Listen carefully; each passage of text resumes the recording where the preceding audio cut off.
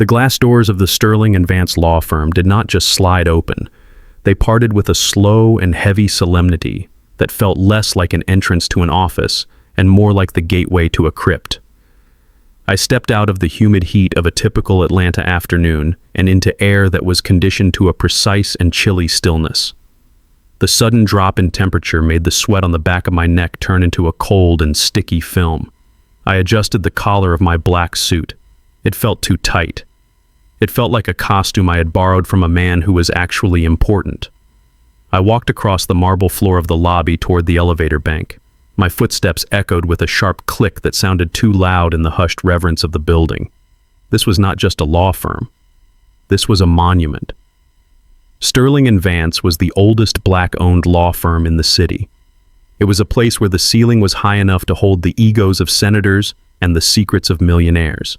My father, Elijah Washington, had done business here for 30 years. He had walked this same floor with a stride that shook the ground.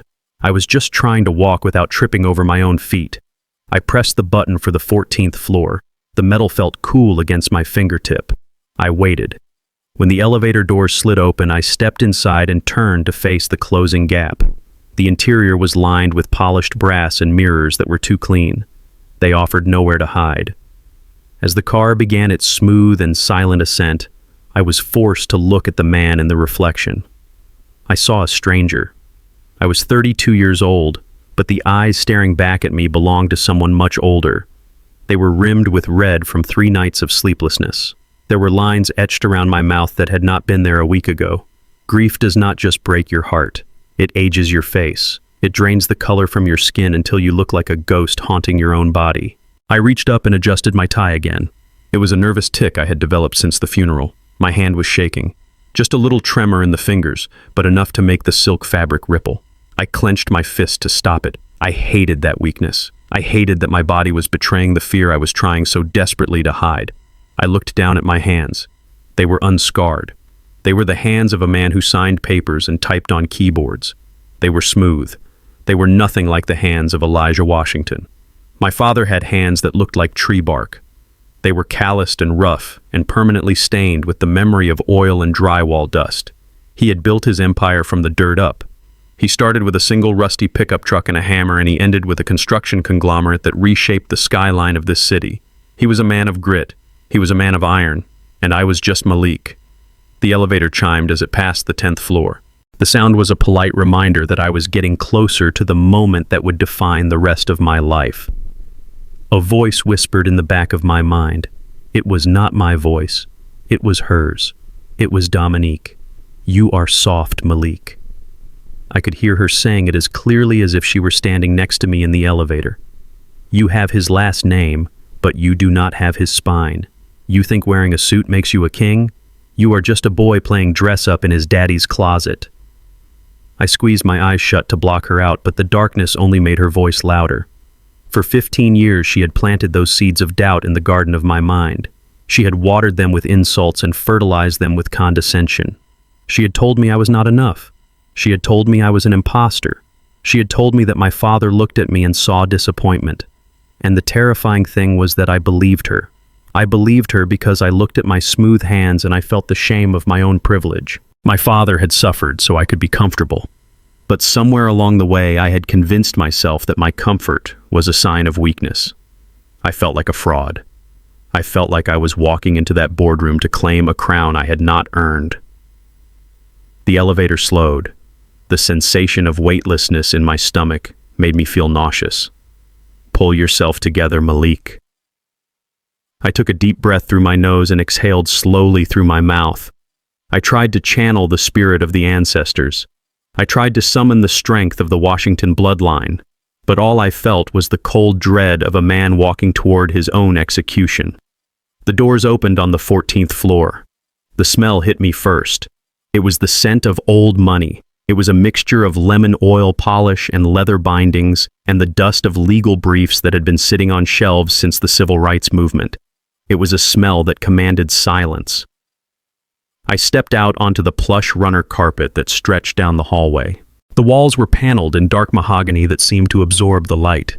Hanging on those walls were framed portraits of the firm's founders and the giants of history they had defended.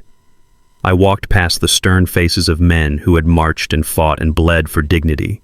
Their eyes seemed to follow me. They seemed to judge the slump in my shoulders. They seemed to know that my heart was racing like a trapped bird in my chest. This was a sanctuary of black excellence. It was a place where brilliance was the baseline and mediocrity was a sin. My father belonged here. He had earned his place on these walls through sheer force of will. But me, I felt small. I felt like a child who had wandered into a room where the adults were speaking a language I did not understand. I approached the reception desk at the end of the hall. The silence was so thick I could hear the hum of the computer monitor. I checked the time on my watch. I was 10 minutes early. I wanted to be early. I wanted to prove that I was disciplined. I wanted to prove that I respected the gravity of this day. But deep down, I knew the truth. I was early because I was afraid. I was afraid of what lay behind the double doors of the conference room. I was afraid of the piece of paper that was waiting on the mahogany table. I was afraid that the will was not just a distribution of assets. I was afraid it was a final judgment. I was terrified that my father had agreed with Dominique. I was terrified that the last words Elijah Washington ever wrote were a confirmation that his son was not strong enough to carry the torch. The imposter syndrome was not just a feeling anymore. It was a physical weight. It pressed down on my chest and made it hard to expand my lungs. I felt like a fraud who was about to be exposed in front of an audience. I reached up and touched the knot of my tie one last time. It was straight. My suit was pressed. My shoes were polished. On the outside, I looked like Malik Washington, the heir to a construction dynasty. But inside, I was just a boy, waiting for his father to tell him he had done something wrong. I took one more step toward the receptionist. I forced a mask of calm onto my face. I buried the fear deep in my gut where it burned like acid. I was about to walk into the lion's den, and I knew the lioness was already there waiting for me. The heavy oak door to the private waiting room swung open, and the first thing that hit me was not the sight of my stepmother, but the smell of her. It was a scent I knew better than my own skin. It was a heavy and cloying mixture of jasmine and musk, and something chemically sharp that lingered in the back of the throat like the aftertaste of bad medicine. Dominique did not just wear perfume. She weaponized it. She used it to mark her territory the way a predator marks the perimeter of its hunting ground. The fragrance was so thick in the air that it felt solid. It felt like an invisible hand wrapping around my windpipe and squeezing just hard enough to remind me that I was breathing her air. I felt my throat tighten in a spasm of reflex. My stomach churned with a sudden wave of nausea that had nothing to do with lunch and everything to do with memory. That smell was the soundtrack of my teenage years. It was the smell that filled the house when my father was away on business. It was the smell that preceded every insult and every cold shoulder and every moment she made me feel like an intruder in the home where I was born. I forced myself to swallow the bile rising in my throat. I stepped fully into the room. The waiting area was designed to intimidate. It had leather armchairs that cost more than my car and a view of the Atlanta skyline that suggested the people inside this room owned the city. But Dominique Washington did not need the furniture to establish her dominance. She sat in the center of the room like a queen holding court. She was dressed in black, but it was not the black of mourning. It was the black of high fashion. It was a silk dress that hugged her frame and announced her survival rather than her grief. She wore a wide-brimmed hat with a delicate veil that was pulled back just enough to reveal that her makeup was flawless. There were no tear tracks on her cheeks. There was no redness in her eyes. There was only the icy composure of a woman who had spent years preparing for this exact moment. She was not alone. Hovering around her like moths drawn to a black flame were two assistants I did not recognize. One was a young woman tapping furiously on a tablet, while the other held a bottle of imported sparkling water as if ready to hydrate Dominique at the slightest signal.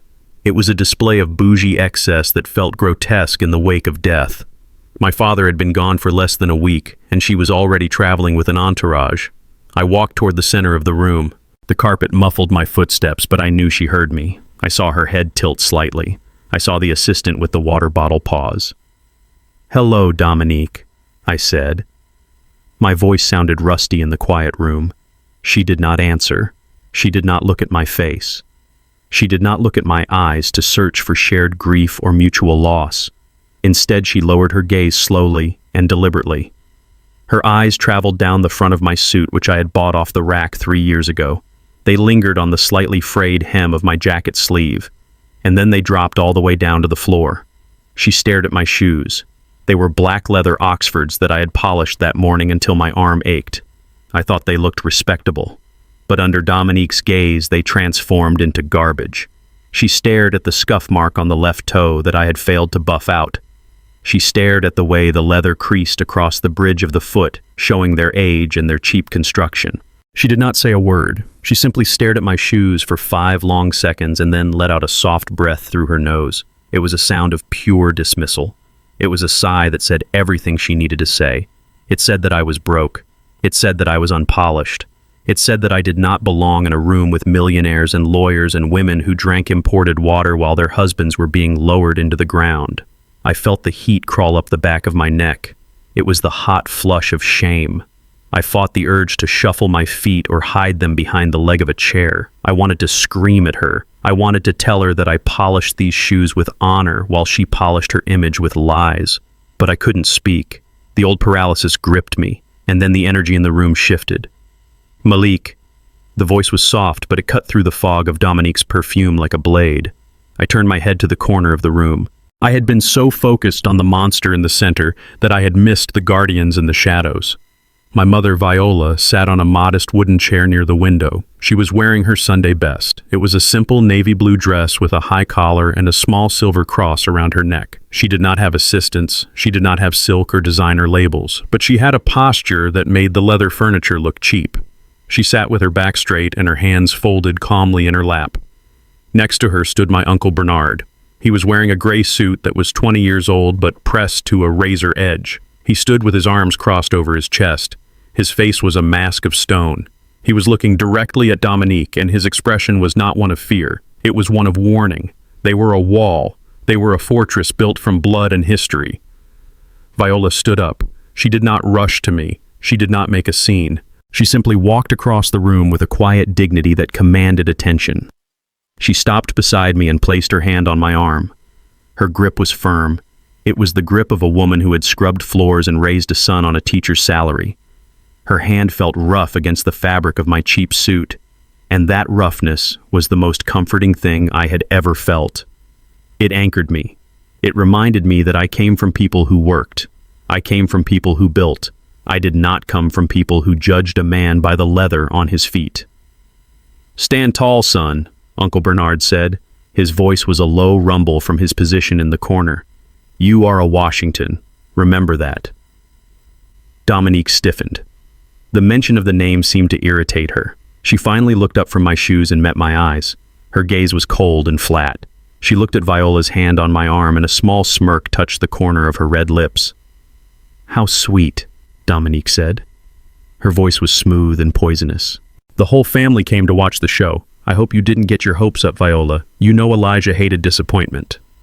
The air in the room seemed to thicken. The smell of her perfume spiked as if her malice was releasing more of the scent into the air. I felt my throat closing up again. I felt the panic rising. But then Viola squeezed my arm. Just once. Hard. "We didn't come for hope, Dominique," Viola said softly. "We came for the truth. And the truth doesn't care about your perfume or your shoes." Dominique's smirk faltered for a fraction of a second. She turned her head away and snapped her fingers at the assistant for her water. I took a deep breath. The air still smelled like her, but now I could smell something else too. I could smell the faint scent of peppermint from my mother's purse, and the smell of old tobacco from Uncle Bernard's coat. They were the smells of home. They were the smells of reality. I was still afraid. My heart was still hammering against my ribs. But as I stood there, flanked by my mother and my uncle, I realized something important. Dominique could look at my shoes all she wanted. She could fill the room with her scent and her assistance and her attitude, but she could not make me leave. I was not just Malik, the boy she bullied.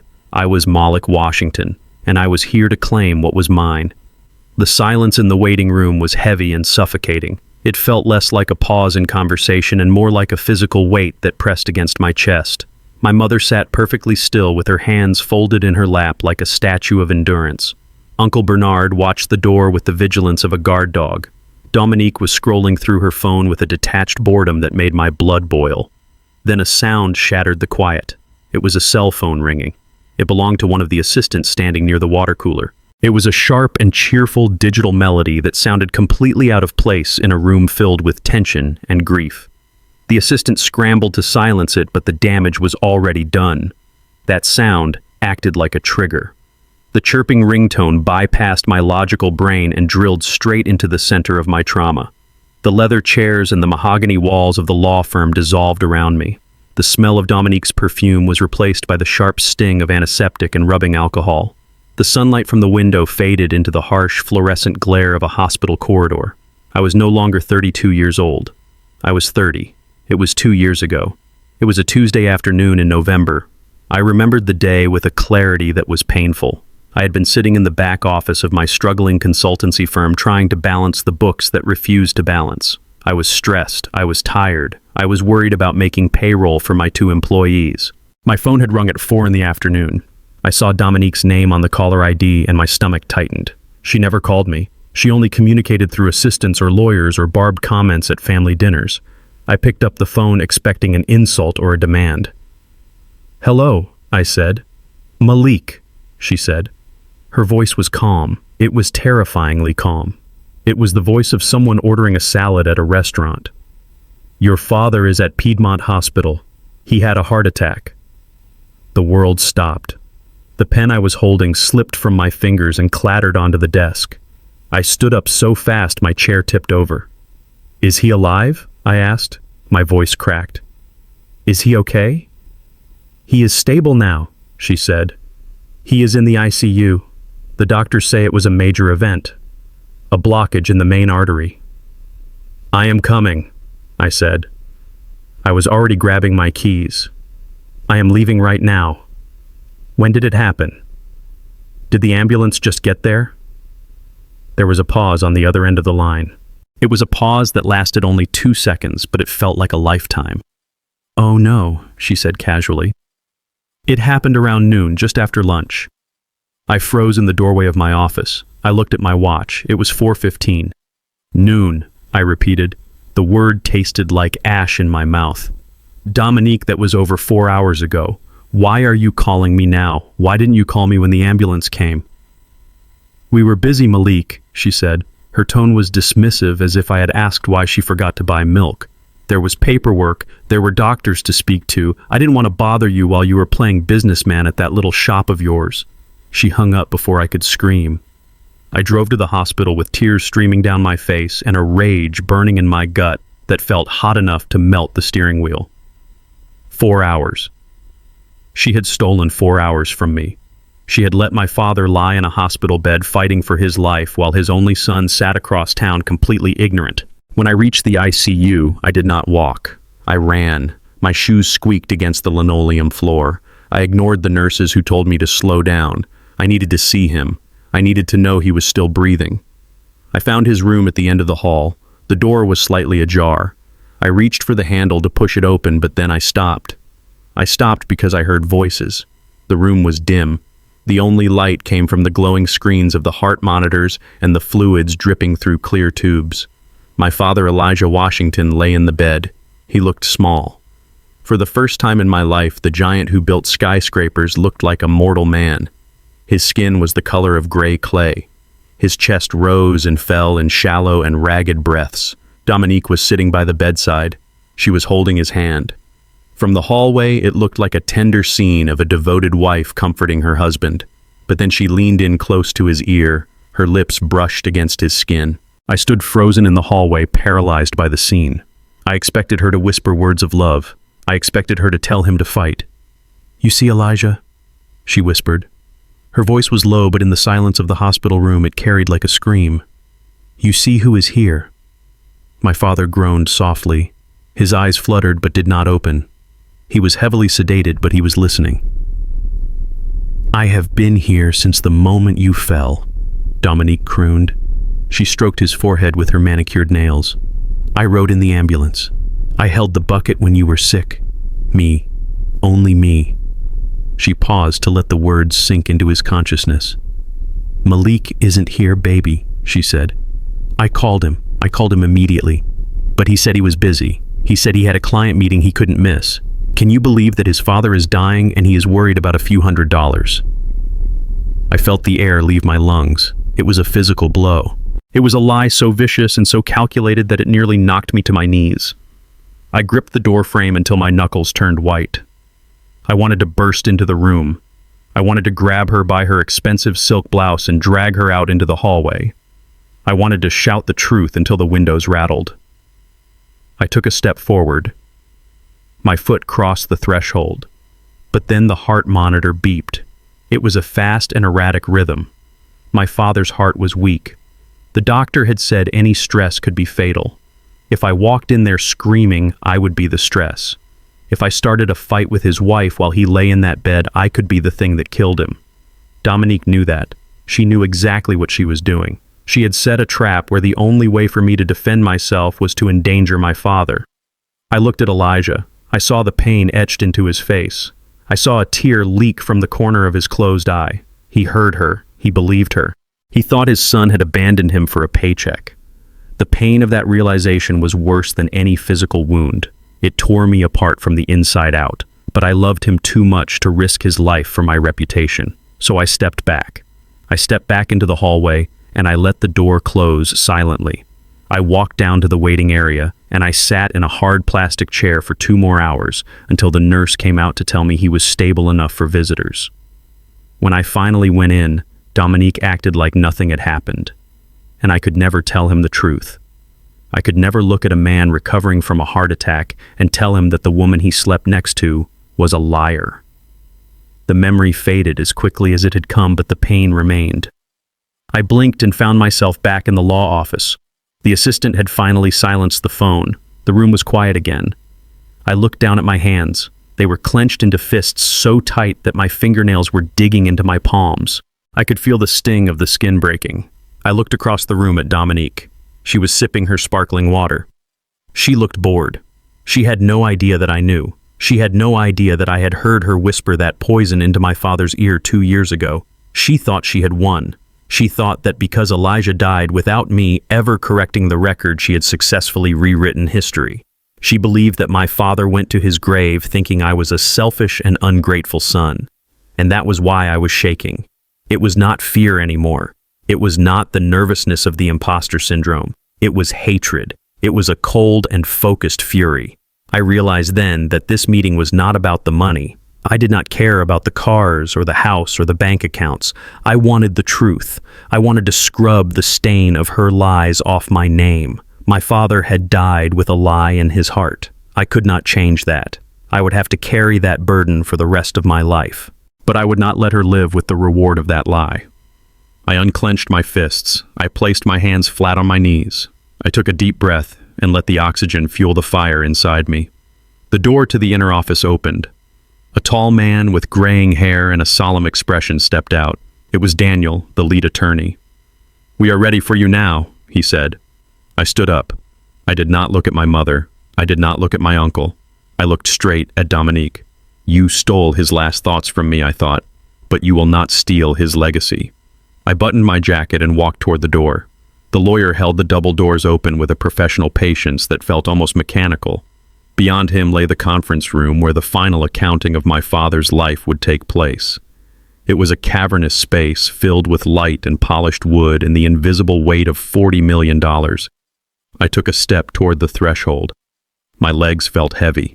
The adrenaline from my anger was starting to fade, and in its place the cold, creeping sensation of dread was returning. I was about to walk into a room where a legal document would officially declare my worth. But before I could cross that line, a heavy hand clamped down on my shoulder. It was not a gentle touch. It was an anchor, dropped in the middle of a storm. The grip was firm and unyielding. It dug into the muscle through the cheap fabric of my suit jacket. I stopped and turned. Uncle Bernard was standing right beside me. He had not moved toward the door yet. He was standing with his feet planted wide apart on the expensive carpet like a tree that refused to be uprooted by the wind. He was looking down at me with eyes that had seen 60 years of struggle and survival in this city. He pulled me aside. It was a subtle movement, but it was strong enough to steer me away from the lawyer and away from Dominique's line of sight. He maneuvered me into a small alcove near a potted fern where the air felt slightly less suffocating. "Fix your face, nephew," Bernard said. His voice was a low rumble that vibrated in his chest. It was quiet enough that only I could hear him, but it carried the authority of a man who had helped raise me. "You look like you are walking to the gallows. You are walking to a reading. There is a difference." I tried to loosen my jaw. I tried to wipe the anxiety from my eyes. "I'm just ready to get this over with, Uncle B. I am tired of her games." Bernard tightened his grip on my shoulder. He leaned in closer. I could smell the scent of old tobacco smoke clinging to his wool coat and the faint aroma of peppermint. It was the smell of the past. It was the smell of the men who sat on porches and talked about how to keep their sons alive in a world that wanted to break them. "Listen to me, Malik," he said, his eyes bored into mine. "Do not let that woman inside your head. She has expensive clothes and she has lawyers who charge $500 an hour, but that is all decoration. It is costume jewelry." He pointed a calloused finger at my chest right over my heart. "You have the blood," he said. "You are a Washington." That name was not built on silk sheets and sparkling water. It was built on concrete. It was built on sweat. It was built on 12-hour days in the Georgia sun when nobody else believed Elijah could make a dime. That is what you carry. That name is heavy because it matters. It is made of iron, and iron does not break just because someone sprays a little perfume on it. I looked at him and I felt a jolt of electricity run down my spine. He was right. I had spent so long worrying about whether I was polished enough for this world that I had forgotten what my father actually was. He was not a polished man. He was a builder. Then I felt another touch. It was softer, but it held even more power. My mother Viola reached out and took my hand. Her hand was small in mine, but it was rough. As her fingers curled around my palm, I could feel the history of her life written in the texture of her skin.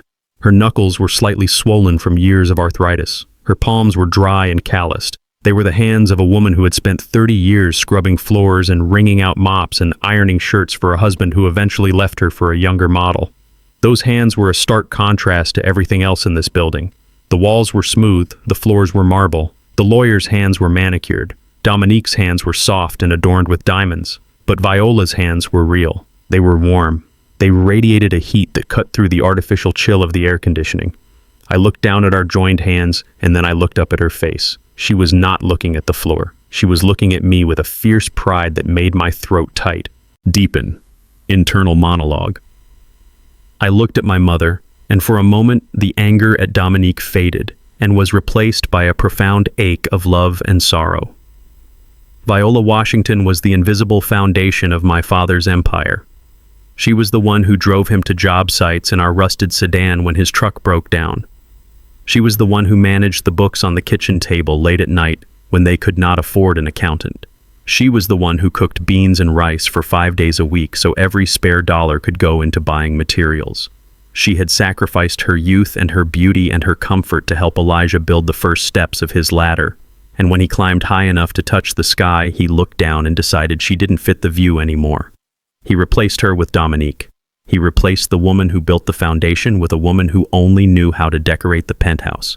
And yet, here she was. She had no legal claim to the money. She had no reason to be here except for me. She was standing in the headquarters of the empire she helped build, wearing a dress she bought at a discount store, and she held her head higher than anyone else in the room. She did not have millions of dollars. She did not have a mansion. But she had dignity. She had a spine made of steel. She had never once bad-mouthed my father to me. She had never once asked for pity. I squeezed her rough hand. I felt the calluses against my skin, and they felt like armor. I will not let them humiliate her, I vowed silently. I will not let Dominique sneer at her sacrifice. Even if I walk out of here with nothing, I will make sure my mother walks out like a queen. She thinks you are weak, Malik, Viola whispered. Her voice was steady. She thinks you are just a boy who got left behind. Show her who you are. Show her that you are your mother's son too. I nodded. The fear was gone. It had been burned away by the heat of her hand. I was no longer just fighting for my inheritance. I was fighting for her vindication. I was fighting to prove that the woman with the rough hands was worth more than the woman with the diamond rings. I am ready, I said. Uncle Bernard released my shoulder and nodded with satisfaction. Then let us go get what is ours. We turned together. We moved as a unit, a phalanx of 3 against the world. I walked toward the open doors of the conference room, but this time I did not feel like an imposter. I felt like a soldier marching onto a battlefield with his generals on either side. I tightened my grip on my mother's hand and we stepped across the threshold into the lion's den. The conference room was a cavernous space that smelled of lemon oil and intimidation. The center of the room was dominated by a mahogany table that was long enough to land a small aircraft on. At the far end sat Dominique. She looked small against the backdrop of the floor-to-ceiling windows that offered a panoramic view of downtown Atlanta, but her presence filled the room like a poisonous gas.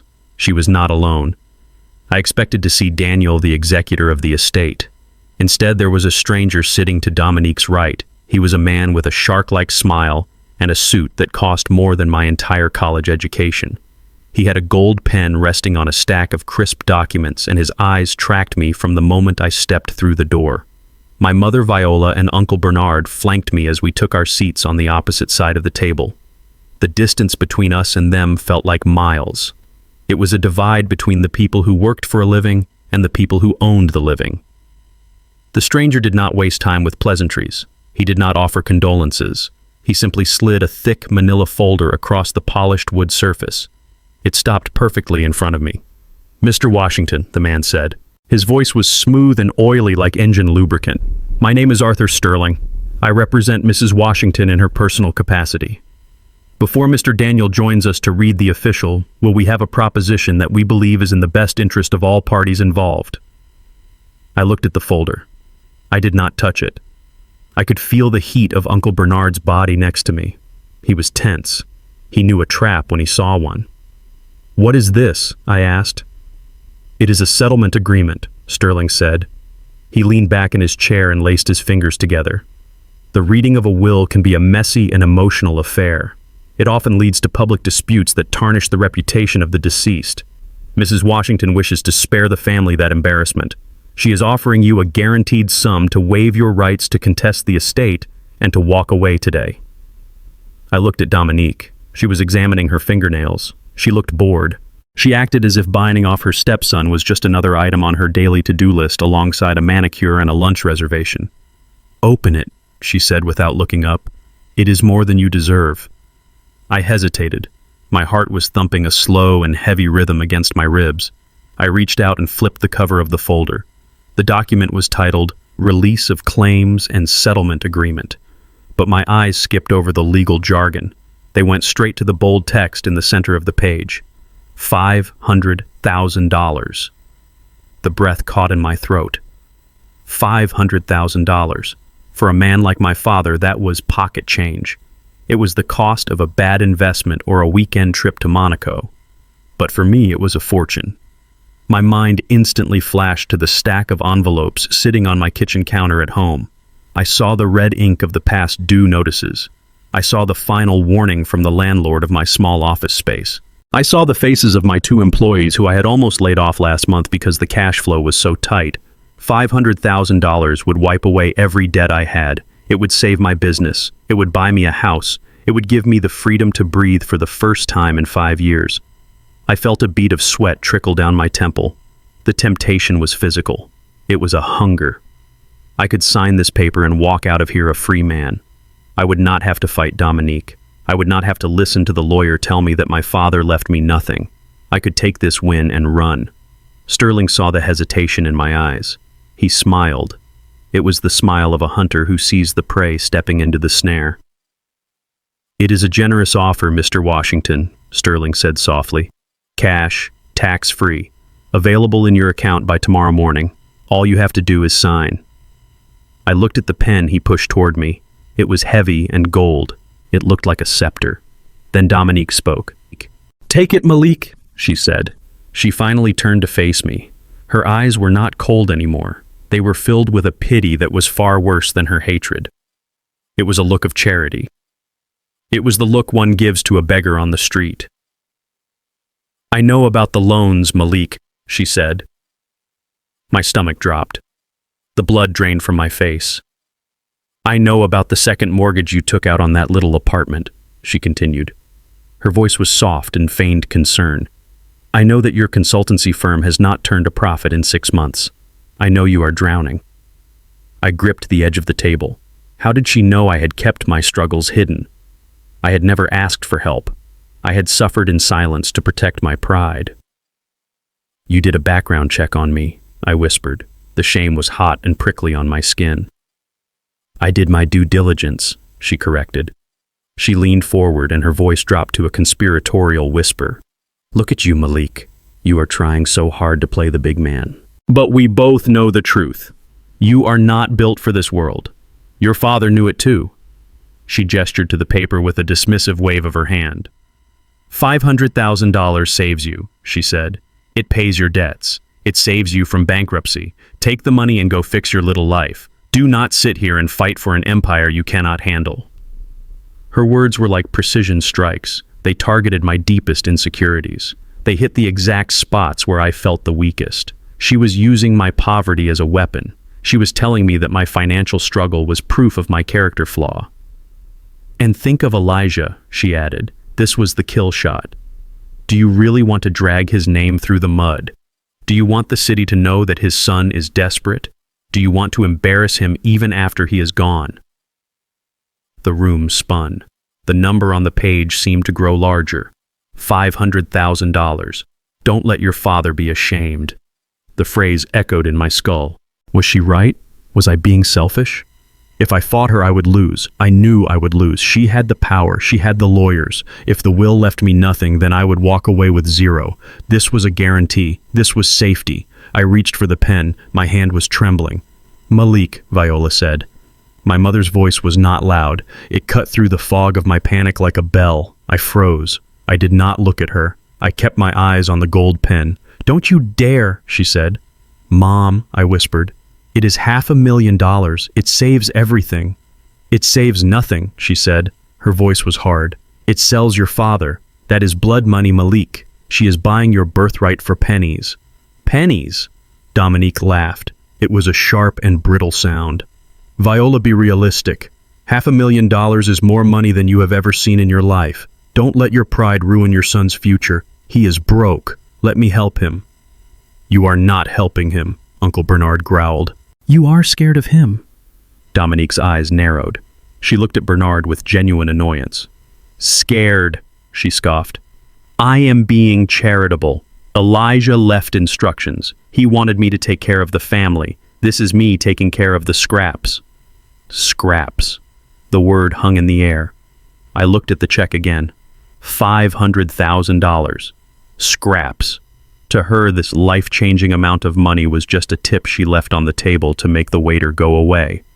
I looked at my hand hovering over the pen. It was still shaking. But now I realized why. It was not shaking from fear. It was shaking from rage. She had investigated my life. She had dug into my failures not to help me but to use them as leverage. She was banking on my desperation. She believed that my price was $500,000. She believed that I would sell my dignity to pay a landlord. I thought about my father. I thought about the stories Uncle Bernard told me. Elijah Washington had faced bankruptcy 3 times in his 20s. He had almost lost everything, but he never sold out. He never took the easy way if it meant bowing his head to someone who disrespected him. If I signed this paper, I would solve my money problems, but I would lose myself. I would be the man who took the payoff. I would be the man who agreed that he was only worth scraps. I slowly pulled my hand back. The gold pen lay on the table untouched. "You checked my bank accounts," I said. My voice was quiet, but it was steady. "I was being thorough," Dominique said. She looked impatient now. "Sign the paper, Malik. Stop being dramatic." I reached out and took the folder. I closed it.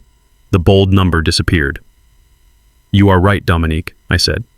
"I am in debt. My business is struggling. I have not slept a full night in months because I worry about money." She smiled a tight and victorious smile. "Then be smart. Sign." "But I am not for sale," I said. I slid the folder back across the table. It made a harsh rasping sound against the wood. "My father did not raise a coward," I said, "and he did not raise a beggar. If he left me nothing, then I will walk out of here with nothing, but I will not take your money to erase my name." Dominique's smile vanished. Her face hardened into a mask of stone. The lawyer Sterling sighed and picked up the folder, slipping it back into his briefcase with a smooth, practiced motion. "A foolish decision, Mr. Washington," Sterling said. "You are walking away from a lifeline." "No," I said. I looked at my mother and saw a fierce pride burning in her eyes. "I am holding on to the line." The heavy double doors at the end of the room opened. Daniel, the estate attorney, walked in carrying a thick leather binder. The real game was about to begin. I sat back in my chair. My pockets were empty, but my soul felt full. I had passed the first test. The offer lay on the mahogany table between us like a loaded weapon. $500,000. The bold black letters on the white paper seemed to pulsate under the harsh conference room lights. To Dominique and her shark of a lawyer, this sum was an accounting error or a rounding difference. It was the price of a new luxury car or a few weeks in a private villa in Tuscany. But to me, it was oxygen. My heart hammered against my ribs with a violence that made my fingertips numb. I stared at the number and my mind betrayed me. It did not show me dignity or pride. It showed me relief. I saw the stack of unpaid invoices sitting on the corner of my desk at my consultancy firm. I saw the eviction notice that had been taped to my office door 3 days ago, which I had ripped down before my employees could see it. I saw the bank balance that was currently hovering in the negative double digits. I saw the sleepless nights where I stared at the ceiling and wondered if I would have to file for bankruptcy before I turned 33. $500,000 would erase all of that. It would not just pay the bills. It would buy me freedom. It would allow me to walk into the bank with my head held high. It would mean I could keep my staff. It would mean I could finally fix the transmission on my car instead of praying it started every morning. It was a lifeline thrown to a drowning man, and all I had to do was grab it. All I had to do was sign my name and admit that I was not worth anything more. The silence in the room was thick and heavy. Sterling the lawyer was watching me with a predatory patience. He knew the look of a desperate man. He had likely seen it 1,000 times across tables just like this one. He knew that every second of silence was another crack in my resolve. "It is a simple decision," Sterling said softly. "Security or uncertainty. Why gamble when you can walk away a winner?" I looked at the gold pen. It was so shiny it reflected the overhead lights. My hand twitched. My muscles were screaming at me to take it. The voice of my insecurity was shouting in the back of my head, "Take it, Malik. You are broke. You are drowning. Your father is gone and he is not coming back to save you. If you fight her, you will lose. She has the power. She has the money. You will walk out of here with nothing and you will lose your business and you will be the laughingstock of the city." I felt a bead of sweat slide down my spine. The temptation was physical. It was a hunger in my gut. I could end the war right now. I could surrender and survive. I started to reach for the pen. My movements were slow and mechanical. Then I felt a shift in the air beside me. I turned my head slightly and looked at my mother. Viola was not looking at the money. She was looking at me. Her face was calm, but her eyes were burning with a quiet intensity. There was no fear in her gaze. There was no pleading. If she had looked at me with pity, I might have broken. If she had looked at me with worry, I might have signed just to save her from the stress. But she looked at me with expectation. She looked at me as if she already knew who I was. She looked at me as if she was waiting for me to remember.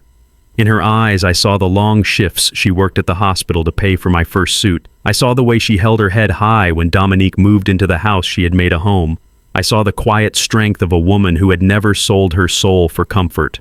If I signed that paper, I would be comfortable. But I would be a stranger to her. I would be a stranger to myself.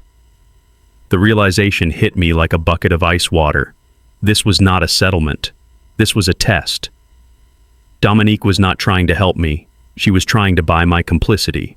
She wanted to pay me to agree with her. She wanted me to sign a document that legally stated I was nothing more than a nuisance to be paid off. I looked back at the check. The number no longer looked like salvation.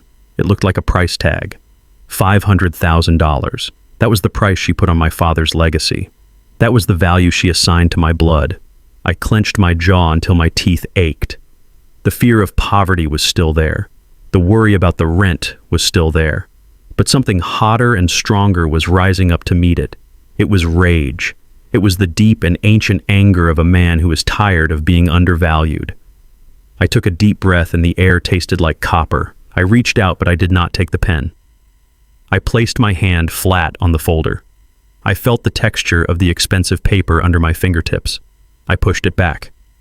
The folder slid across the polished mahogany table with a sharp hiss. It stopped right in front of Dominique. "No," I said. The word hung in the air. It was not loud, but it was absolute. Dominique blinked. The smug satisfaction on her face faltered. She looked at the folder and then back at me as if I had spoken in a foreign language. "Excuse me," she said. "I said no," I repeated. My voice was steady now. The trembling in my hand had stopped. "I do not want your money, Dominique." "You are being an idiot," she snapped. Her mask of elegance cracked, revealing the ugly frustration underneath. "You are broke, Malik. I know exactly how much you owe. This money saves your life. Do not let your pride make you homeless." "My pride is the only thing you cannot buy," I said. I leaned forward. "You think you can check my bank account and know who I am. You think you can look at my credit score and measure my worth, but that is why you will never understand the Washington name." I looked her dead in the eyes. "You don't understand my father," I said. "And you certainly don't understand me." Elijah Washington did not build an empire so his son could take a bribe to walk away. I came here to hear his final words. I came here for his judgment, not yours. "He judged you long ago," Dominique hissed. "He judged you as weak. I am just trying to spare you the public reading of that judgment." "Then let him say it," I said. "If he left me nothing, then I will leave with nothing. But I will walk out of that door with my head up. I will not walk out as the man you bought for pennies." I sat back in my chair. I felt a hand on my arm. Viola squeezed my bicep. She did not say a word, but that squeeze was worth more than $500,000. It was validation. Sterling the lawyer sighed. He picked up the folder and slipped it into his briefcase with a smooth, practiced motion. The offer was gone. The safety net was cut. I was free falling now, but for the first time in years, I was not afraid of the landing. The double doors at the end of the room opened again. Daniel, the lead attorney for the estate, walked in. He looked flustered. He was carrying a leather binder, but he was also clutching a stack of loose papers that seemed to be in disarray. He walked to the head of the table and cleared his throat. He did not sit down. "I apologize for the delay," Daniel said. He adjusted his glasses and looked nervously from me to Dominique. "We seem to have a slight administrative issue. The primary will is here and verified. However, there is a reference to a legal addendum regarding the deed to the commercial property in Midtown. That document seems to be misplaced in the archives." The room went silent. "Misplaced?" Uncle Bernard asked. His voice was a low rumble. "How do you misplace a deed in a firm like this?" "It is a temporary oversight," Daniel said quickly. "My paralegals are searching the physical vault now. It should only take a short while to locate it. We cannot proceed with the reading until all referenced documents are present to ensure the legality of the transfer." I looked at Dominique. She did not look surprised. She did not look annoyed. She leaned back in her chair and took a sip of her sparkling water. A small smile played on her lips. She knew. Whether she had arranged it or simply anticipated it, she was pleased. This was another tactic. This was the war of attrition. She knew that adrenaline fades. She knew that courage is hard to maintain when you are sitting in a silent room for an hour. She wanted me to sweat. She wanted the reality of my rejection to sink in. She wanted me to regret pushing that folder back. "We will wait," Dominique said graciously. "Take your time, Daniel. We want everything to be perfect." Daniel nodded and hurried out of the room, leaving us alone again. The minutes began to stretch. 5 minutes turned into 10. 10 turned into 20. The atmosphere in the room shifted from tense to suffocating. The air conditioning seemed to stop working. The smell of Dominique's heavy floral perfume began to fill the space again. It was cloying and sweet and oppressive. It felt like it was coating the inside of my lungs. I tried to stare out the window, but the view of the city only reminded me of the debts waiting for me out there. My resolve began to fray at the edges. The silence was loud. It allowed the doubts to creep back in. What if I made a mistake? What if the will leaves me zero? I just threw away $500,000. Dominique sensed my discomfort. She decided to turn the screw. She reached into her purse and pulled out her phone. She did not text. She dialed a number and put it on speakerphone just loud enough for us to hear. "Hello?" a voice answered. "Design studio." "Yes, hello," Dominique said. Her voice was bright and commanding. "This is Mrs. Washington. I am calling about the renovations for the main estate. Yes, the grand ballroom. I have decided that the dark wood paneling is too gloomy. It reminds me of the past. She glanced at me while she spoke. "I want to rip it all out," she said. "I want white marble. I want gold trim. I want it to look modern. I want it to look like a palace. And the library? Oh, the library is full of those dusty old books Elijah loved. Get rid of them. Turn it into a shoe closet. I need more space for my collection." My stomach twisted. She was talking about destroying my father's sanctuary. She was talking about erasing the house he had built with his own design, and she was doing it before the will was even read. She was declaring victory. She was showing me that the property was already hers in her mind. "Expense is not an issue," she laughed into the phone. "I will have plenty of liquidity very soon. Just draw up the plans. I want to start breaking down walls next week." She hung up the phone and set it on the table with a click. "Renovations are so exhausting," she sighed, looking at Viola. "But you have to clear out the old to make room for the new. Don't you agree?" Viola did not answer. She just stared straight ahead. But I could not look away. The sound of her laugh, the casual cruelty of her tone. It triggered something deep inside me. It was not just anger. It was a memory. A specific painful memory that had been buried under 5 years of scar tissue.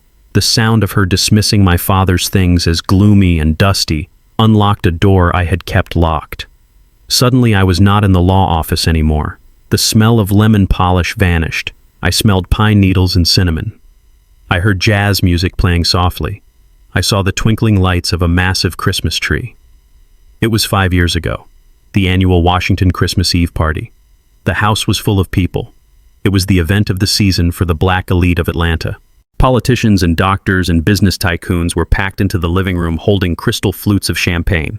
I was 27 years old and I had just started my own business. I was struggling, but I was proud. I had saved for 6 months to buy my father a gift.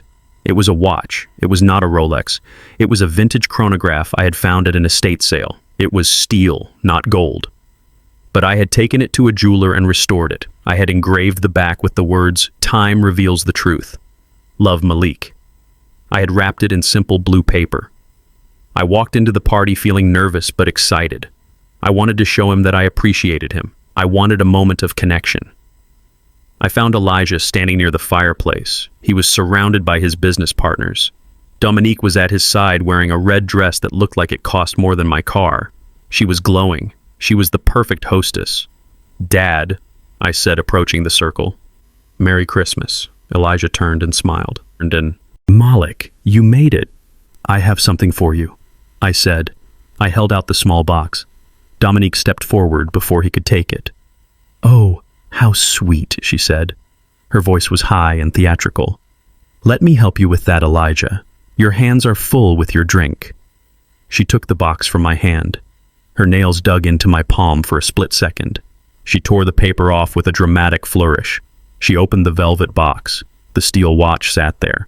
It looked simple. It looked rugged. It looked like my father. But next to Dominique's diamond bracelet and the gold cufflinks the other men were wearing, it looked modest. Dominique lifted it out of the box. She held it up by the strap using only her thumb and forefinger as if she were holding a dead insect. "Oh," she said. The silence in the room was instant. "It is quaint." She turned it over and saw the scratches on the case that the restoration hadn't fully removed. "Did you get this at a pawn shop, Malik?" she asked. She laughed. It was a light tinkling sound that was meant to sound playful but cut like a razor. "Elijah, look. Your son bought you an antique. And by antique, I mean used." The men in the circle chuckled nervously. They took their cues from her. "It is vintage," I stammered. My face felt hot. "I had it restored. It has a good movement." Dominique pretended to lose her grip. The watch slipped from her fingers. It hit the hardwood floor with a sickening crack. "Oops," she said. She did not look sorry. She looked delighted. She bent down and picked it up. The glass face was shattered. "Well," she said, standing up and tossing it onto a pile of discarded wrapping paper in the corner, "it is probably for the best, Elijah. You can't wear a cheap toy like that to the board meetings. It would lower the value of the room." She laughed again. "Don't worry, Malik. We know you tried. Maybe next year, when your little business makes some money, you can buy him something real." I stood there frozen. I felt naked. I felt like a child who had wet the bed. The humiliation was burning my skin. But that was not the worst part. The worst part was that I looked at my father. Elijah Washington, the man who commanded construction sites and boardrooms, stood there silently. He looked at the broken watch on the trash pile. He looked at Dominique smiling. And then he looked at me. And he said nothing. He took a sip of his drink. He turned back to his business partner and changed the subject to the stock market. He let her do it. He let her throw my sacrifice into the trash. He let her call me cheap. He let her humiliate me in front of the people I admired most. That silence broke something in me that had never healed. I walked out of that party, and I did not speak to him for 3 months. That silence convinced me that he agreed with her. It convinced me that he saw me as a failure who bought cheap gifts because I was a cheap man. I blinked and the memory receded. I was back in the conference room. Dominique was still smiling at her phone, satisfied with her plan to destroy the library. I looked at her, and the old shame tried to rise up. But this time it hit the wall of my earlier refusal. I realized something as I sat there. My father had been silent that night. But why? Was it because he agreed? Or was it because he was tired? Was it because he was sick and trying to keep the peace? I looked at the empty table where the check had been. Time reveals the truth. That was what I had engraved on the watch. I had never told anyone what was written on the back of that watch. Dominique hadn't looked. She just threw it away. My father never saw it, or so I thought. The anger inside me solidified into cold iron. I was done being the boy who ran away from the party. I was done being the victim of her scenes. "You can tear down the walls, Dominique," I said quietly, breaking the silence of the room. She looked up, surprised that I was speaking. "You can put in your marble and your gold," I said. "You can throw away the books. You can try to paint over the history of that house." I leaned forward and rested my elbows on the table. "But you will never be a Washington," I said. "You are just a tenant, and tenants can be evicted." Her eyes narrowed. "Careful, Malik. You are speaking to the owner." "Not yet," I said. "The lawyer is coming back." As if on cue, the door handle turned. Daniel re-entered the room. He looked relieved. He was holding a yellow document in his hand. "Found it," he said. "We can proceed." I sat up straight. The flashback had hurt, but it had also clarified things. I remembered the broken watch, but I also remembered that I had bought it with love. That love was real. Her cruelty was real. And now it was time to see which one my father had valued more. The lawyer Daniel placed the yellow document onto the center of the leather binder. He smoothed the paper with the flat of his hand. It was a slow and deliberate motion that sounded like dry leaves scraping across pavement. The search for the missing addendum had taken 20 minutes, but the silence that followed its discovery felt infinitely longer. The air in the conference room had settled into a heavy and suffocating stillness. It was the kind of silence that precedes a natural disaster. Daniel was a man who seemed to have been carved out of the same mahogany that lined the walls of the office. He was a pillar of the black legal community in Atlanta. He was 60 years old, with skin the color of deep espresso and hair that was cropped close to his skull. He did not smile. He did not frown. His face was a mask of absolute professional neutrality. He adjusted his wire-rimmed glasses and looked over the rim at the people gathered around the table. I sat with my hands clutched in my lap. My palms were sweating so profusely that I had to keep wiping them on my trousers. My heart was not just beating. It was thrashing against my ribcage like a trapped animal desperate to escape. I could feel the pulse thumping in my throat. I could feel it behind my eyes. The physical symptoms of my anxiety were overwhelming. My fingers were ice cold despite the humidity that lingered in the room. A wave of nausea rolled through my stomach. It was the sickness of anticipation. It was the terror of knowing that in the next hour, my entire life would be defined by the words on those pages. Daniel cleared his throat. The sound was sharp and authoritative. "We are gathered here today to read the last will and testament of Elijah Marcus Washington," Daniel said. His voice was deep and resonant. It had the cadence of a preacher but the cold precision of a surgeon. "This document was prepared under my supervision and reflects the final and lucid wishes of the deceased." He paused and looked at each of us in turn. His gaze lingered on me for a fraction of a second longer than the others. I tried to read his eyes. I tried to find a hint of sympathy or a warning, but there was nothing. He was a vault. I, Elijah Marcus Washington, being of sound mind and body, do hereby declare this to be my last will and testament, Daniel read. Hearing my father's name spoken aloud in that formal tense sent a jolt of electricity down my spine. It made his death real in a way the funeral had not. The funeral was a performance. It was a ceremony for the public. This was the reality. This was the end. Elijah was gone. All that was left of the giant who raised me was a stack of paper and a room full of tension. I looked at the water glass sitting in front of me. The condensation was dripping down the side. I focused on a single drop of water as it slid slowly toward the coaster. I needed to anchor myself. If I looked at Dominique, I would lose my composure. If I looked at my mother, I would break down. So I watched the water. Article 1, Daniel intoned. I direct that all my just debts and funeral expenses be paid out of my estate as soon as is practicable after my death. It was standard legal language. It was boring, but to me, every syllable felt like a hammer blow. The rhythm of the reading was hypnotic and terrifying. I felt like a defendant sitting in a courtroom waiting for the foreman of the jury to stand up. My breath was coming in short and shallow gasps. I tried to force air into my lungs, but my chest felt tight. The imposter syndrome that had plagued me in the lobby returned with a vengeance. I felt small. I felt like a child who had snuck into a meeting where he did not belong. I was 32 years old, but in the shadow of my father's legacy, I felt like I was 10. Daniel turned the page. The sound of the paper crinkling was loud in the quiet room. Article 2, Daniel said, specific bequests. My head snapped up. This was it. This was where the names began. I give and bequeath the sum of $10,000 to the Ebenezer Baptist Church to support their community outreach programs, Daniel read.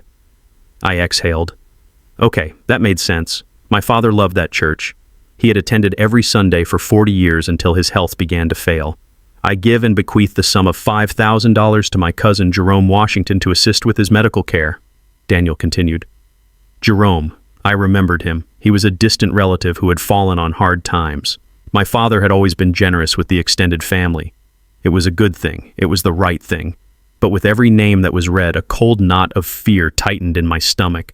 I give and bequeath the sum of $5,000 to the United Negro College Fund, Daniel read. I give and bequeath my collection of vintage jazz records to my old friend Marcus Thorne. The list went on. It was a litany of kindness. It was a testament to my father's generosity. He remembered his friends. He remembered his community. He remembered the institutions that had helped him rise. But he had not yet remembered me. Every time Daniel took a breath before reading a new name, my heart stopped. I waited to hear my son. I waited to hear Malik. But the name did not come. 10 minutes passed. The list of minor bequests was exhausted. Thousands of dollars had been distributed to charities and distant relatives and old drinking buddies. Dominique sat across from me. She was the picture of relaxed elegance. She had crossed her legs and was swinging her foot gently back and forth. The movement was rhythmic and hypnotic. It was the motion of a pendulum counting down the time to my destruction. She was not nervous. She was enjoying this. She was savoring my fear like a fine wine. She saw me sweating. She saw the way I gripped the arms of my chair until my knuckles turned white. She knew exactly what I was thinking. She knew I was terrified that the list would end and my name would never be spoken. She leaned slightly toward the center of the table. She did not look at me. She looked past me at my mother. You look tense, Viola, Dominique whispered. Her voice was low, but in the pin-drop silence of the room it carried clearly to every corner. You really should not have come. It is painful to watch. Viola did not turn her head. She kept her eyes fixed on the lawyer. She was a statue of dignity, carved from granite.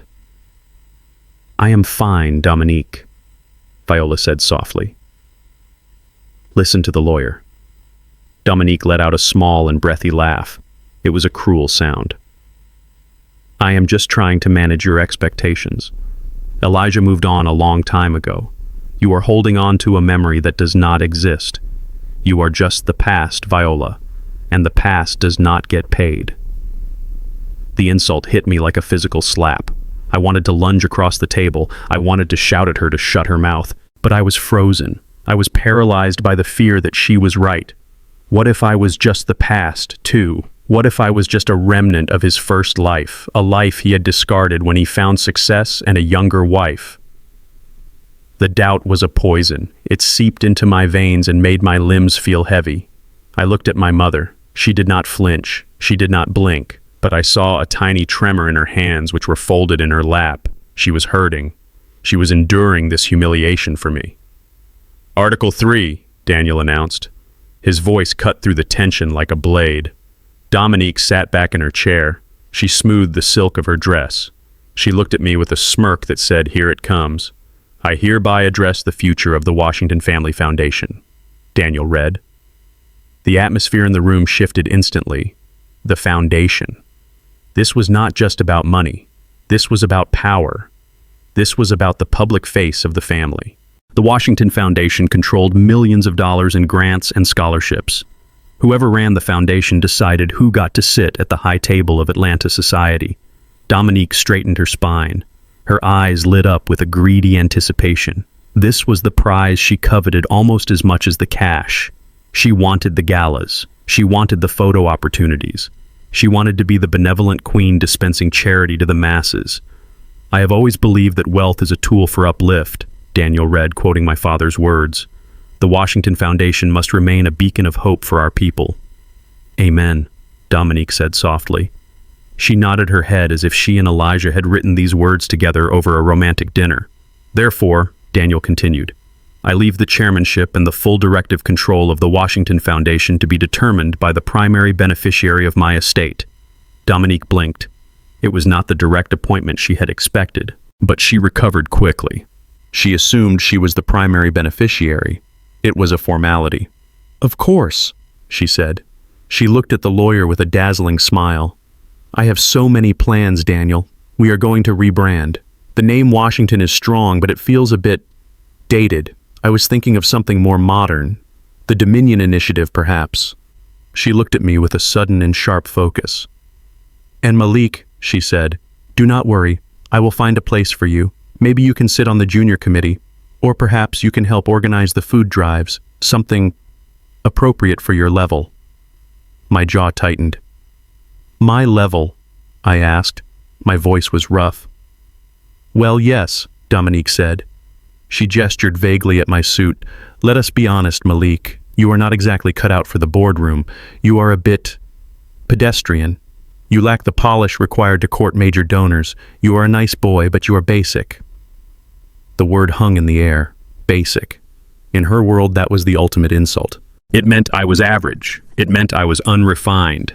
It meant I did not know the secret handshakes of the black elite. She was attacking my blackness. She was saying that I was not the right kind of black man to represent the Washington legacy. She was saying that my struggle and my work ethic were liabilities, not assets. "My father did not care about polish," I said. "He cared about work. He cared about helping people who were struggling. He didn't build this foundation to throw parties for people who are already rich." Dominique laughed. "Oh, grow up, Malik. This is Atlanta. Perception is reality. If you want to raise money, you have to look like money. And you..." She looked me up and down with a sneer. "You look like a struggling manager at a fast food restaurant." "That is enough," Uncle Bernard rumbled. "You watch your mouth." "Or what, Bernard?" Dominique snapped. "You will lecture me. You are just a hanger-on. You lived off Elijah's scraps for years. Do not pretend you have a voice here." Daniel cleared his throat loudly. He looked annoyed. The interruption was breaking his rhythm. "If we may continue," Daniel said sternly. Dominique waved her hand. "Please do, Daniel. I am ready to accept my responsibilities." She was so sure. She was so arrogant. She believed that the world belonged to her because she dressed the part. She believed that my father valued her social climbing more than my integrity. I felt a deep and burning shame, not because of her insults, but because I feared she was right. My father had married her. He had chosen her. He had lived with her for 15 years. Maybe he did prefer her version of the world. Maybe he looked at me and saw a man who was too rough around the edges. Maybe he was ashamed of me. "Article 4, Daniel read, "Disposition of personal property and household accounts." This was it. The assets. "To my wife, Dominique Washington, Daniel read. Dominique inhaled sharply. She closed her eyes and tilted her head back as if receiving a blessing. I give and bequeath all personal automobiles, furniture, jewelry, and artwork located within the primary residence. Daniel read. Furthermore, I transfer full ownership of the household operating accounts held at Citizens Trust Bank to ensure the continued maintenance of the home. Dominique's eyes snapped open. A smile of pure triumph spread across her face. It was not a smile of gratitude. It was a smile of conquest. She clapped her hands together once. The sound was like a gunshot in the quiet room. "There," she said. Her voice trembled with excitement. I told you all." She turned to me. Her eyes were blazing. "Did you hear that, Malik?" she asked. "The artwork, the furniture, the cars, everything in the house. It is mine, all of it." I felt the blood drain from my face. The artwork alone was worth millions. My father had collected paintings by Bearden and Lawrence. He loved those paintings, and now they belonged to her. She would probably sell them or put them in storage to make room for her shoe closet. "And the operating accounts," Dominique gloated. "That is hundreds of thousands of dollars just for the bills. He wanted me to be secure. He wanted me to have it all." She leaned back and laughed. It was a sound of pure relief and vindication. "See," she said to Viola. "He loved me. He trusted me. You were wrong. You were all wrong." I felt myself shrinking. I physically slumped in my chair. The fight was draining out of me. She had won. The will had started with her. The first major assets had gone to her. It was a pattern. The rest would follow. My stomach churned with nausea. I wanted to stand up. I wanted to run out of the room. I did not want to sit here and watch her take everything. I did not want to hear the lawyer read the words that would confirm I was nothing. I looked at the door. It was only 20 feet away. I could make it. I could leave right now and never come back. I could disappear. "He didn't love you," a voice whispered in my head. "He chose her. You are just the son he left behind." I gripped the edge of the table. I started to push my chair back. I needed air. I needed to escape. "Malik," my mother whispered. She did not look at me, but she reached out and clamped her hand over my wrist. Her grip was iron. "Stay." "Mom," I choked out. "I can't. She won." "It is not over," Viola said. "Sit down." "He gave her the house accounts, Mom," I whispered. "He gave her the art." "He gave her things," Viola said. Her voice was hard. "Sit down, Malik. Do not give her the satisfaction of seeing you run." I looked at Dominique. She was busy texting on her phone, probably telling her friends the good news. She had already forgotten I was there. I was irrelevant to her. I took a deep and shuddering breath.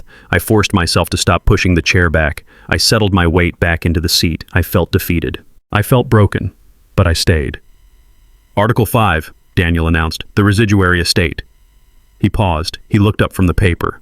For the first time since the reading began, his expression changed. The mask slipped.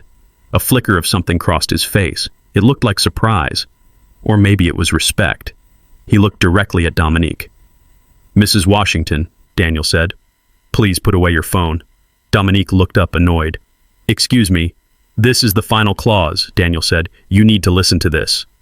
Something in his tone made the hair on the back of my neck stand up. The air in the room changed again. The heaviness evaporated and was replaced by a sharp and crackling electricity. Dominique slowly lowered her phone. Her smile faded slightly. She sensed it too. I looked at Daniel. He was not looking at her anymore. He was looking at me. And for the first time that day, the lawyer blinked. The lawyer Daniel closed the folder on the table with a sound that was too loud in the quiet room. He looked at his watch and then looked at the three of us with a professional detachment that felt almost clinical. "We will take a 10-minute recess," Daniel said. "The final clause of the will is significant, and I need to retrieve the certified seals from the paralegal to finalize the reading." He stood up and walked out of the room without waiting for a response. The moment the door clicked shut, I felt the air leave my lungs. I could not breathe. The conference room felt like a coffin that was slowly being lowered into the earth. Dominique was already on her phone, typing furiously and likely bragging to her friends about the artwork she had just inherited. My mother Viola was sitting like a stone statue, staring at a spot on the wall. I stood up. My legs felt shaky. "I will be right back," I muttered. I did not wait for an acknowledgement. I turned and walked quickly toward the door. I needed to get out. I needed to be away from the smell of Dominique's perfume and the crushing weight of my own failure. I pushed through the heavy double doors and walked down the hallway. I did not stop until I reached the men's restroom at the far end of the corridor. I pushed the door open and stumbled inside. It was empty. Thank God. I walked to the sink and gripped the cold porcelain with both hands. I stared at myself in the mirror. The man staring back looked defeated. His eyes were red. His skin was gray. He looked exactly like what Dominique said he was. A boy who was not ready. A disappointment. I turned on the faucet. The water came out cold and clear. I splashed it on my face, trying to shock myself back to reality. The water dripped from my chin onto my cheap tie, but I did not care. I was drowning. Dominique had won. She had the house accounts. She had the art. She had the foundation. The only thing left was the residuary estate, and if the pattern held, she would get that too. My father had erased me. He had left me nothing but a legacy of silence. I reached into my pocket and pulled out my phone. My hands were trembling so badly I almost dropped it. I unlocked the screen. I wanted to delete everything. I wanted to erase the photos of my father. I wanted to delete his contact information. I wanted to scrub him from my life the way he had scrubbed me from his. The pain was too much. I could not carry the memory of a man who did not love me.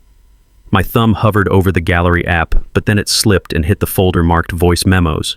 The app opened. I stared at the screen. There were dozens of recordings. Most of them were reminders I had sent to myself about business meetings or grocery lists. But at the bottom of the list, there was a file I did not recognize. It was titled November 12th. The date hit me like a punch to the gut. November 12th. That was 2 months ago. That was the last time I had visited my father at the house before he went into the final decline. I remembered that day. I had gone to see him in his study. He had been sitting in his leather chair looking out the window. He had looked so tired. We had spoken about the weather. We had spoken about sports. It was a surface-level conversation. I had left feeling empty. I did not remember recording anything. I must have hit the record button by accident when I put the phone on his desk to show him a picture of a project I was working on. I stared at the file. My finger hovered over the play button. I should delete it. I should delete it and walk away. Hearing his voice now would only break me completely, but something stopped me. A pull. An instinct. I pressed play. The sound was tinny and filled with static. I heard the rustle of fabric. I heard the distant sound of a lawnmower outside. Then I heard a door open on the recording. "Elijah," a voice said. "Elijah." A voice. It was her. Dominique. Her voice on the recording was sharp and impatient. It lacked the sugary sweetness she used in public. "What do you want, Dominique?" my father's voice replied. He sounded exhausted. His voice was a deep rumble that vibrated through the tiny speaker of my phone. "I want to know why the lawyer was here again," Dominique snapped. "You are changing the will again, aren't you? You are giving more to that boy." I froze. I pressed the phone against my ear. My heart hammered against my ribs. "He has a name," Elijah said. His voice was stronger now. "His name is Malik." "He is a failure, Elijah," Dominique spat. "He is 30 years old and he is still struggling to pay rent. He is weak. If you give him that money, he will lose it in a year. He is not like you. He does not have your killer instinct." I closed my eyes. Hearing her say it to his face was worse than imagining it. "He is exactly like me," Elijah said. The silence on the recording lasted for 3 seconds. "He has a heart," Elijah continued. "That is what makes him strong. You think strength is bullying people, Dominique. You think strength is buying things. You don't know anything about power." "I know that I am the one taking care of you," Dominique shouted. Her voice distorted on the recording. "I am the one sitting here while he is out playing businessman. I deserve it, Elijah. I earned it." "You earned your comfort," Elijah said. His voice dropped. It became deadly quiet. "And you will get your comfort. I will make sure you never starve. But do not mistake my silence for blindness, woman." I gasped. I leaned against the tiled wall for support. "I know what you did with the watch," Elijah said. My eyes snapped open. The watch. The Christmas party. "I saw you drop it," Elijah said. "I saw you laugh. I wanted to throw you out of the house that night, but I didn't. I stayed quiet because I didn't want to break his heart. I didn't want him to see his father fighting with his wife in front of the whole city. "You are senile," Dominique hissed. "You are imagining things." "Don't think I am old and foolish," Elijah said. The steel was back in his voice. It was the voice of the man who built skyscrapers. "Mau mu kwatoi latang Malik. My blood is Malik.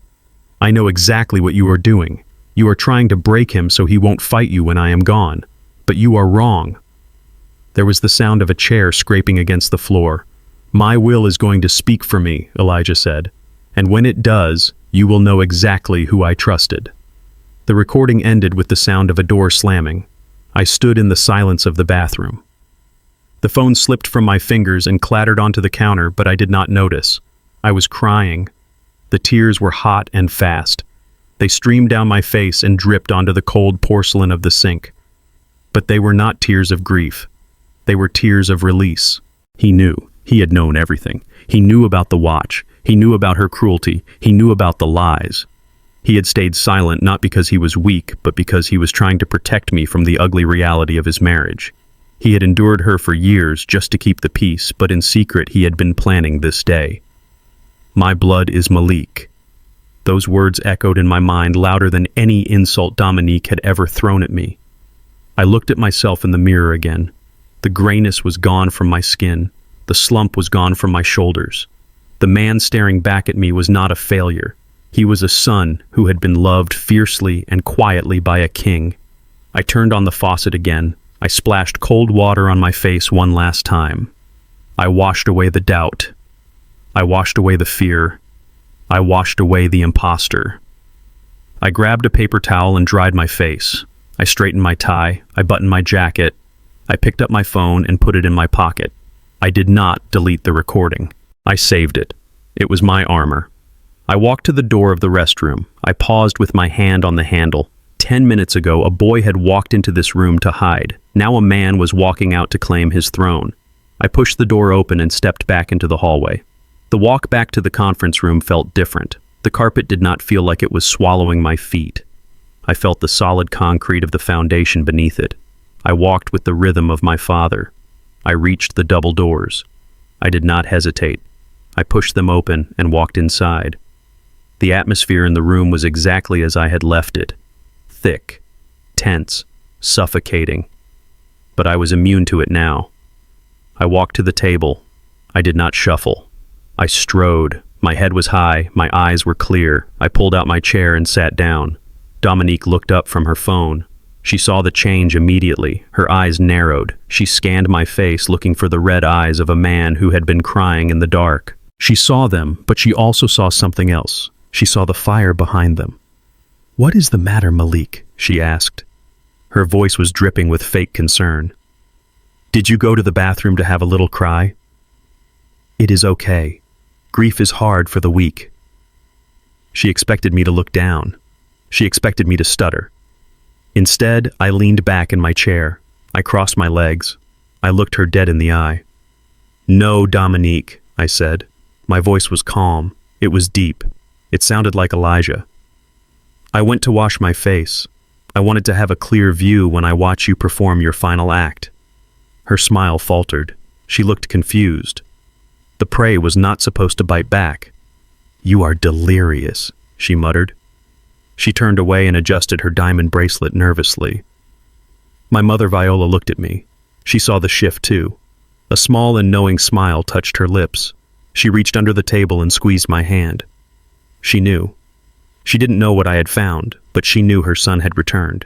The door opened and Daniel walked back in. He was carrying the certified document with the official seal. He sat down at the head of the table. "We will now proceed to the final clause," Daniel said. He opened the folder. "Article 6, Daniel read, the residuary estate." Dominique leaned forward. She was practically vibrating with greed. She had already spent the money in her head. She was already redecorating the ballroom. She was already the Queen of Atlanta. "To my wife, Dominique Washington," Daniel read. "Yes," Dominique whispered. "I leave the right of lifetime residency in our shared marital home," Daniel continued, "provided she maintains the property in its original condition. Furthermore, I grant her a lifetime annual allowance to be paid from the estate trust." Dominique froze. Allowance, she repeated. The word tasted bad in her mouth. What do you mean allowance? Daniel ignored her. He looked down at the paper. The sum of this allowance is set at $160,000 per year, Daniel read. This amount is adjusted annually for inflation and is intended to ensure she never lacks for basic necessities. The silence that followed was absolute. It was the silence of a vacuum. Dominique sat perfectly still. Her mouth was slightly open. She blinked once, twice. "I am sorry," she said. Her voice was faint. "I think I misheard you, Daniel. Did you say 160 million? Daniel looked at her over the rim of his glasses. "No, Mrs. Washington," he said clearly. "I said $160,000 per year." Dominique laughed. It was a high-pitched and hysterical sound. "That is a joke," she said. "That is a mistake. That is monthly right. You mean 160,000 a month." "It is an annual figure," Daniel said. "It breaks down to approximately $13,300 a month, after taxes." "13,000, Dominique shrieked. Her voice cracked. 13,000. That doesn't even cover my wardrobe budget. That doesn't cover the staff. That doesn't cover the drivers." "Then I suggest you fire the drivers," Daniel said coldly. "The will is specific. This amount is for necessities, food, utilities, basic clothing. It is not for luxury." The reality of the number hit her like a physical slap. $160,000 a year. To a normal person, it was a good salary. It was a comfortable life. But to Dominique Washington, it was poverty. It was a leash. It was a statement that she was not a partner in the empire. She was a dependent. She was being treated like a child who needed an allowance. "No," she whispered. She shook her head violently. "No, he wouldn't do this. He promised me. He said I would be secure." "You are secure," Uncle Bernard said from beside me. His voice was dry as dust. "You have a roof and you have food. That is security. You just don't have power." Dominique turned on him. Her face was twisted into a mask of pure ugliness. The makeup could not hide the rage. "You shut up, old man," she screamed. "This is fraud. This is a fake document." She grabbed the water glass in front of her and hurled it across the room. It shattered against the mahogany paneling, showering the carpet with glass and sparkling water. "Mrs. Washington," Daniel barked, "control yourself." "Control myself," she screamed. She stood up, kicking her chair back so hard it toppled over. "I am the widow. I am the wife. I put up with that old man for 15 years. I nursed him. I tolerated his boring stories and his cheap friends. And this is what I get. A teacher's salary." The mask was gone. The bougie elegance was stripped away, revealing the greedy and entitled core beneath. She was not grieving. She was calculating her losses. She spun around and pointed a shaking finger at me. Her eyes were wild. "You," she hissed. "You did this. You poisoned him against me. You whispered lies in his ear while he was sick." "I wasn't even there, Dominique," I said calmly. "Remember, you made sure I wasn't there." "You bewitched him," she screamed. "You and your ghetto mother. You manipulated a senile old man to steal my money." She lunged toward the table, her hands curled into claws. "It is my money," she shrieked. "I earned it. I deserve it." "You deserve exactly what you got," Uncle Bernard said. He did not move. He did not flinch. He just looked at her with a look of profound pity. Elijah knew how to count, Dominique, and he knew exactly how much you were worth. "I will sue," she screamed. She pounded her fists on the table. "I will contest this. I will drag this family through the mud. I will tell the press everything. I will tell them Elijah was crazy." "You can try," Daniel said calmly. "But we have video evidence of his competency, and we have the prenup which you signed 15 years ago. If you contest the will, you lose the allowance. You will get 0. Is that a gamble you want to take, Mrs. Washington?" Dominique froze. Her hands hovered in the air. 0. The word hung over her head like a guillotine blade. She was trapped. If she fought, she would be destitute. If she accepted, she would be irrelevant. She slowly lowered her hands. Her chest was heaving. Her face was flushed and blotchy. She looked at me, and she saw that I was not afraid. She saw that her power over me had evaporated. She collapsed back into her chair. She put her face in her hands and began to sob, but they were not tears of sadness. They were the angry and bitter tears of a thief who had been caught at the gate. I watched her, and I felt nothing. No pity, no anger, just a cold and final clarity. Daniel cleared his throat again. He smoothed the paper. "If we are finished with the interruptions," Daniel said, "there is one final paragraph." Dominique did not look up. She knew it was coming. The final nail in the coffin. "The remainder of my estate," Daniel read, "including 100% of the shares in Washington Construction, the commercial real estate portfolio, the investment accounts and all other assets not previously mentioned, totaling an estimated value of $40 million. He paused. He looked at me. "I give in full and absolute ownership to my son, Malik Washington." The words filled the room. $40 million. I did not jump. I did not shout. I sat perfectly still. I felt the weight of the legacy settle onto my shoulders. It was heavy. It was terrifying. But for the first time in my life, I knew I was strong enough to carry it. I looked at my mother. A single tear rolled down her cheek. She nodded at me. I looked at the empty chair at the head of the table. I could almost see him sitting there. Elijah Washington. My father. "I heard you, Dad," I thought. "I heard you." The words hung in the air like smoke after a gunshot. "To my son, Malik Washington, I leave everything. I leave." Daniel closed the binder. He placed his hands flat on the leather cover and looked up at the ceiling as if thanking God that the task was finally done. The silence that followed was not the empty silence of before. It was a heavy and physical presence. It pressed against the walls of the conference room. It filled the space between the chairs. It settled into the fibers of the carpet. $40 million. I sat frozen in my chair. My mind tried to comprehend the number, but it kept slipping away. $40 million was not just money, it was an empire. It was the steel and concrete of half the skyline in downtown Atlanta. It was the livelihoods of 300 employees. It was the power to shape the city. It was the power to change the future. For years, I had walked with a stoop in my shoulders. I had carried the weight of Dominique's insults and my own insecurities like a backpack full of stones. I had believed I was small. I had believed I was unworthy. But as the reality of my father's decision settled over me, I felt that weight vanish. It was replaced by a new weight, the weight of responsibility, the weight of legacy. But this new weight did not crush me. It anchored me. It felt like putting on a suit of armor that had been made perfectly for my frame. I looked across the table at Dominique. She was staring at the lawyer with her mouth slightly open. Her face was a mask of absolute shock. The blood had drained from her skin, leaving her looking gray and old. She looked like a ghost who had just realized she was dead. Then I turned to my right. I looked at my mother. Viola Washington was not looking at the money. She was not looking at the lawyer. She was looking at me. And she was crying. They were not the polite tears of a funeral. They were deep and racking sobs that shook her small frame.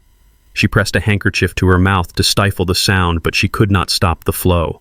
These were tears that had been held back for 30 years. These were the tears of a woman who had been pushed aside and treated like furniture in the house she helped build. She had watched another woman wear her diamonds and drive her cars and claim her husband's success. She had endured the whispers of society and the pity of her friends. She had swallowed her pride every single day for the sake of her son. She had lived in fear that her sacrifice was in vain. She had feared that Elijah had truly forgotten us. But now the truth was out. The vindication washed over her like a cleansing rain.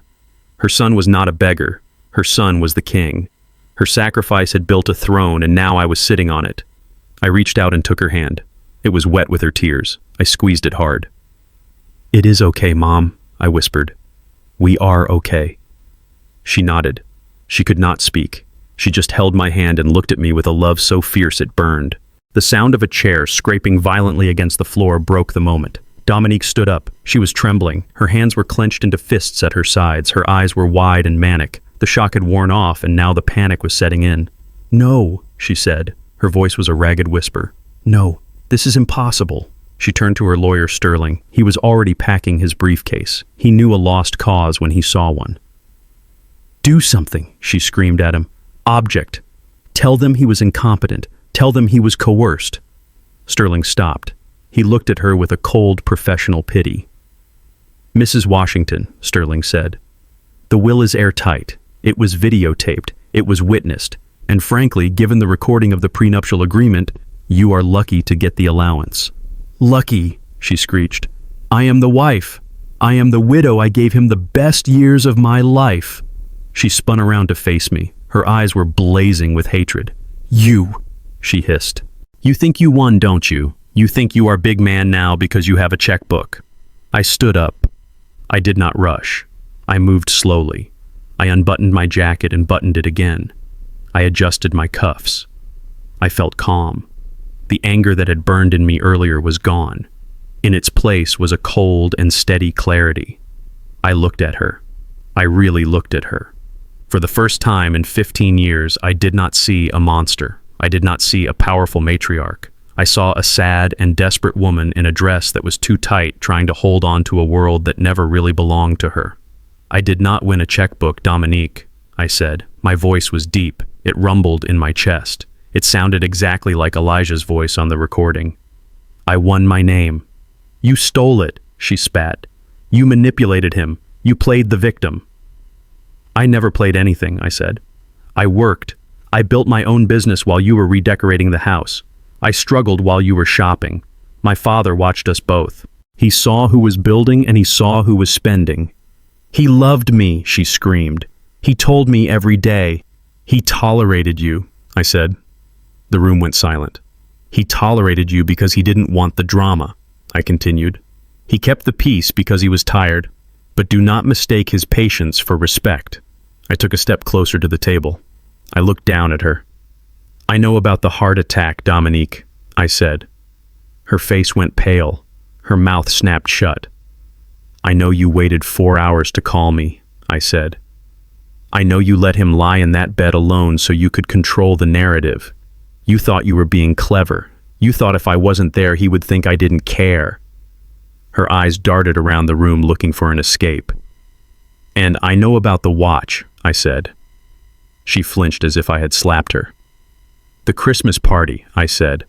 5 years ago, you dropped it on purpose. You laughed. You called it cheap. You thought my father was silent because he agreed with you. I leaned in close. He wasn't silent, Dominique, I said. He was watching. He saw you humiliate his son. He saw your cruelty. And in that moment, he decided that you would never inherit his legacy. You lost the empire that night. You didn't lose it to me. You lost it to your own character. She stared at me. Her lips trembled. She tried to form words, but nothing came out. The truth was a physical weight that crushed the air out of her lungs. She had spent years thinking she was the puppet master, but she had been the one dangling on a string all along. She looked at Daniel. He was staring at her with stone-cold judgment. She looked at Viola. My mother was looking at her with a quiet dignity that was far more devastating than anger. Dominique Washington had nothing left. Her lies were exposed. Her greed was naked. She was just a woman with a small allowance and a big, empty house. We are done here, I said. I turned to Daniel. Thank you, Daniel, I said. I assume you will handle the paperwork for the transfer. Of course, Mr. Washington, Daniel said. He stood up and extended his hand. It will be my honor to serve you as I served your father. I shook his hand. It was a firm grip, the grip of equals. Let's go, Mom, I said. Let's go, Uncle Bernard. We walked toward the double doors. I did not look back. I heard a soft sob behind me. It was the sound of a woman realizing she was alone. We stepped out into the hallway. The air felt lighter.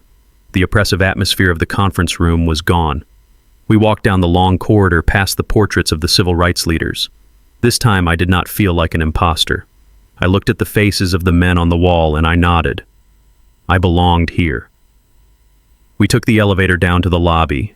The ride was silent, but it was a comfortable silence. It was the silence of victory. When the doors opened, we walked out onto the street. The Atlanta heat hit us, but it felt good. It felt alive. The sky was a brilliant, piercing blue. The sounds of the city traffic were like music. I took a deep breath, filling my lungs with the humid air. It tasted sweet. It tasted like freedom. I looked at my mother. She wiped the last tear from her cheek and smiled. It was a radiant smile. It took 10 years off her face. He knew, Malik, she said softly. He always knew. Yeah, Mom, I said. He knew. Uncle Bernard clapped a hand on my shoulder. You did good, nephew, he said. You stood tall. The ancestors are proud today. I looked back at the glass building rising above us. I thought of Dominique sitting alone in that cold room surrounded by legal documents that spelled out her irrelevance. She had the furniture. She had the jewelry. But she was trapped in a prison of her own making. She would spend the rest of her life in that big house knowing that she was a guest in my world. I turned away from the building. "Come on," I said. "I have one more stop to make." We drove to the cemetery in my beat-up sedan. I did not care about the car anymore. I could buy a fleet of Bentleys tomorrow if I wanted. But today this car was fine. It had gotten me here. The cemetery was quiet. The grass was green and lush. We walked up the hill to the family plot. My father's grave was fresh.